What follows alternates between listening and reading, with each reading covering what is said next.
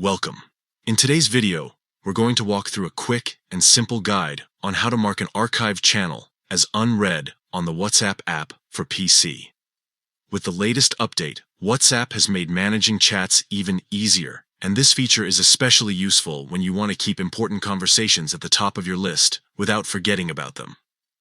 First, make sure you've opened the WhatsApp application on your computer. Once you're on the main screen, take a look at the left side menu. You'll see the section for your archived chats. Click to open it, and all of your archived conversations, including channels, will be neatly organized there. Next, scroll through the archived list to locate the channel or chat you want to mark as unread. This is very helpful if you've checked a message but want to remind yourself to come back to it later. Once you've found the channel, move your mouse over it and right-click. A drop-down menu will appear with several options. From this menu, look for the choice that says Mark as Unread. Click on it, and instantly that archived channel will be highlighted as if there are new messages waiting for your attention. This makes it stand out and ensures you won't forget to revisit it. That's all it takes. Just a few easy steps.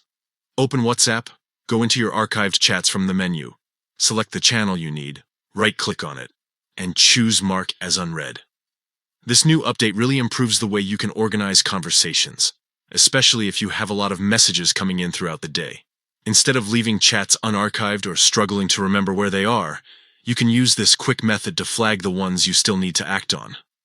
So, the next time you're working on your PC and don't want to lose track of an important conversation, be sure to use this option.